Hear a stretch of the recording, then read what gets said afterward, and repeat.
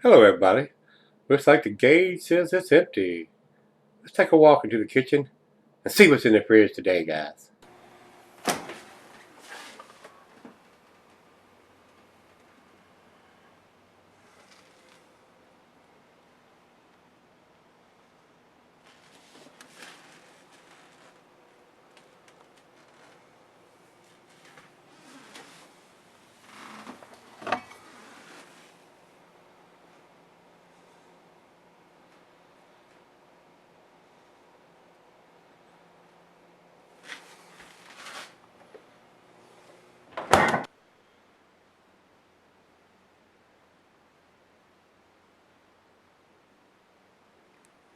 Hey, everybody. Thanks for stopping by Gregsbeerreviews today. I've had this one in the fridge for about a month or so, guys, with all this stuff that's going on here at the house.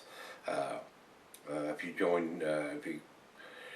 tuned in yesterday for the first beer review that I've done in a couple of weeks, I told you that they may not come every day until I get some more organization going on in here, but I'm going to try to do as many as I can. Hopefully I'll be able to do one every day.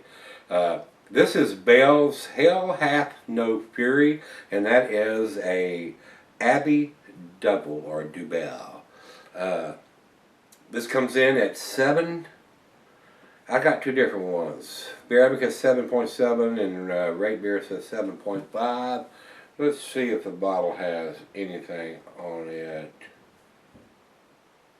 7.5 on the back of the bottle here, guys. So, and the date on this one is 08/28/15. So we're here at the end of October, almost Halloween. About 2 months old, which shouldn't be.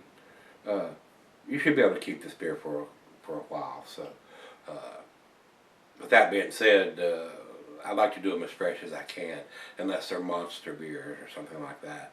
But it's a beer that it can be enjoyed now, or a beer that if you want to put it in the fridge for a couple of months, yeah, you can. So,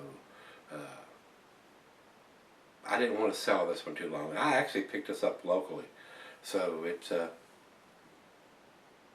beer that's available here. So, the commercial description on this says, originally conceived along the lines of the Belgian Dubbel, Hell Hath No Fury, ale morphed during development into something entirely different, blending a pair of Belgian Abbey-style yeast into a recipe more akin to a roasty stout. Hell Hath No Fury ale offers up warm roasted notes of coffee and dark chocolate together with the fruity and clove-like aromas. So, very nice. I don't have the IBUs listed for this beer here, guys, and it doesn't have it on here, I don't think. No, just got the ABV and the package on date here. So, don't have any idea on that. The food pairing says cheeses, a buttery brie gouda Havarti Swiss, your more pungent cheeses, and it says here, goes well with your chocolate dishes, and the meat is beef. Glassware is a goblet or chalice. I'm going to use my Sovereign beer glass on this one, guys. Says here can be sold for a long period under the proper conditions. Wouldn't doubt that a bit. Being 7.5% Dubbel, I can't think of anything that would diminish or fade over time. So you could drink it now, or you could sell it for a while. Whatever blows your hair back. All right. I don't think there's anything else we need to talk about here. So. Like I told you yesterday, I'm out of openers. I've got some coming. So, get the cap off of this one. Get this one into the glass.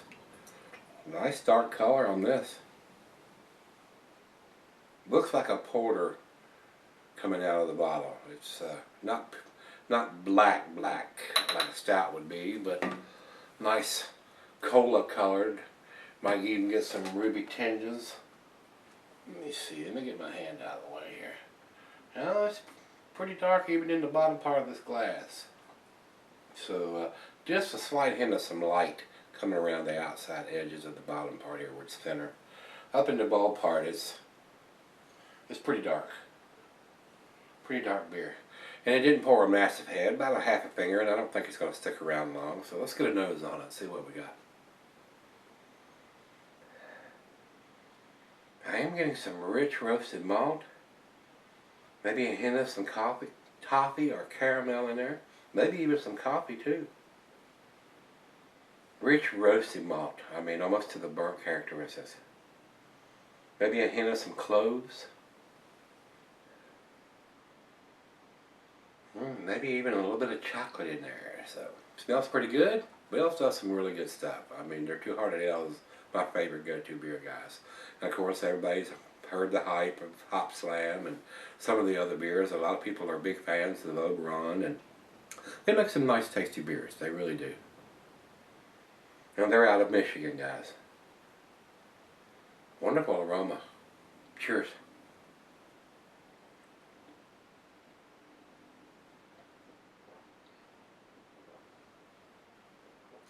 That is really good.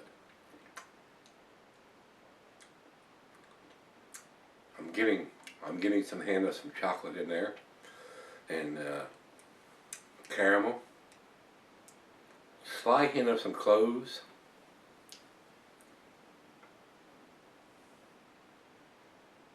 And with them blending a couple of different Belgian yeast in there, definitely getting that.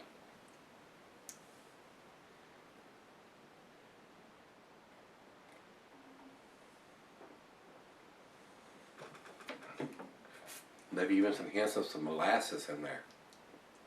Wow, very, very tasty. Well, let's let this one warm up, and let me sip on it for a little bit.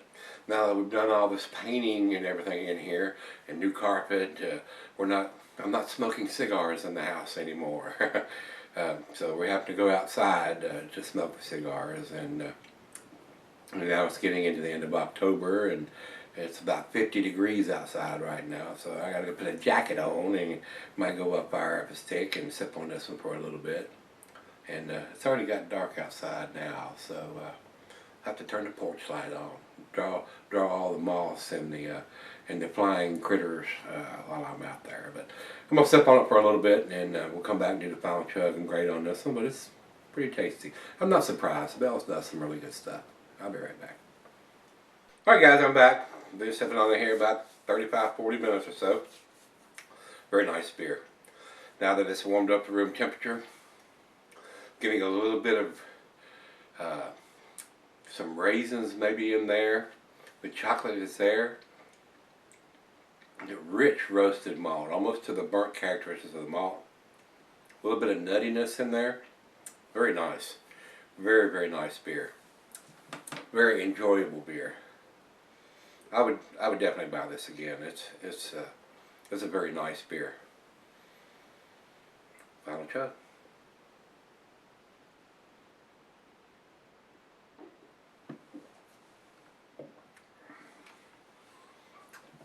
Ah, delish. Very tasty, guys.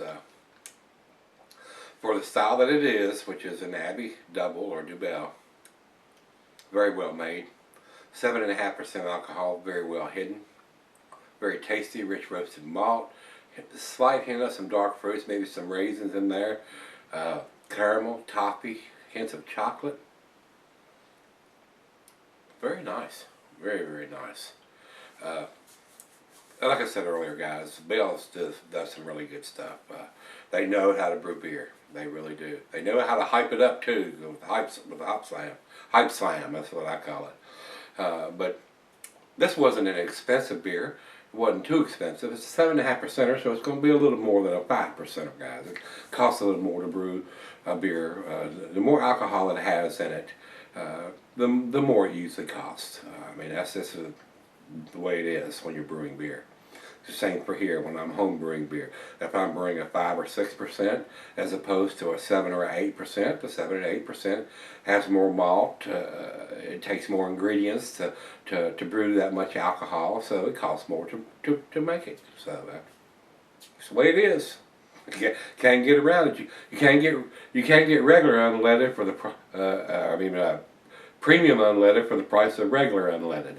It just costs more to make it. So it's a great beer. I'm going to leave this beer at a 9. It's a 9 out of 10. It's pretty damn tasty. I enjoyed it thoroughly. And like I said, I would buy this again, and I probably will. So very tasty beer. Over to Beer Advocate, they say 85 in a very good range. I think that number is considerably low. If, at least 10 points. If I was to put a numeric rating on this beer, it would probably be a 95, 94, 95, maybe even a 96, because it has a date on the back of it when it was bottled, and the ABV on there. It doesn't have the IBUs, but it's not that critical. It is a well-balanced beer. There is enough hops in there to balance out the sweetness of the malt.